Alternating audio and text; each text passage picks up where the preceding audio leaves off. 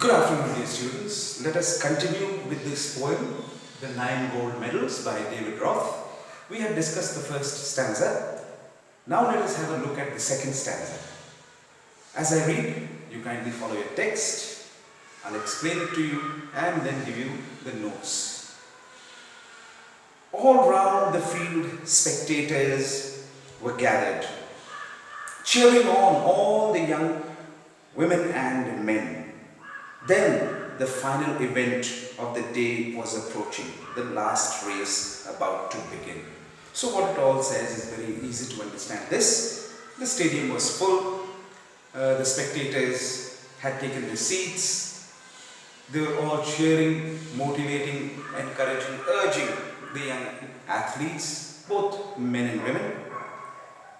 And as the day progressed, it was finally the time for the ultimate final event of the day, and that was the last race, the 100-meter race for the special athletes who had all come to participate in that grand competition. Not very difficult to understand that. Gentlemen, now have a look at the information on the board. So, stanza 2, the spectators sitting all around the field or the stadium were highly enthusiastic. They were charged with this energy and they were also excited. They were as charged and as enthusiastic as the participants themselves were. They cheered. They cheered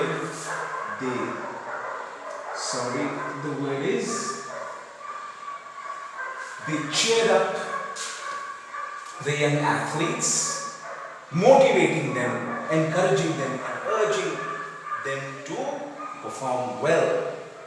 The final event of the day was about to begin, and it was the last event for the day, the 100-meter race.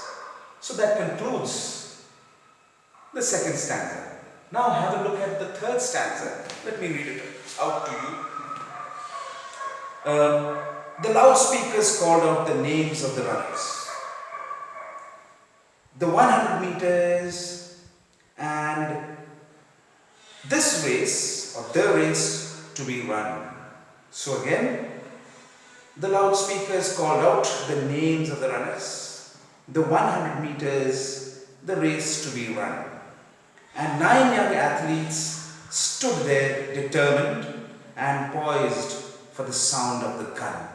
What it all means is, the loudspeakers rang out announcing the names of the participants for this particular event, the 100-meter or the 100 meters race.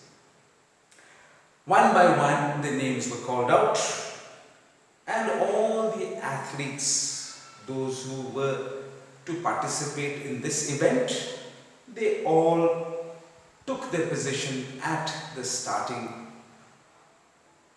line of the lane, of their respective lanes and the tracks, and they all, before the start, were determined. They had made up their mind and they were very certain in themselves that they were going to give their best and win a medal for themselves. And they were all poised for the sound of the gun. They were all poised means they had all taken their position. Poised in this case also meaning they were all calm, not nervous. They were all composed, focused, and not agitated or nervous at all. They were self-assured. They believed in themselves that they would perform well and win for themselves. So they were in position, they were calm, composed, self-assured, and they were all waiting for the sound of the gun as a signal to start their race. So that brings us to the third stanza on the board, gentlemen.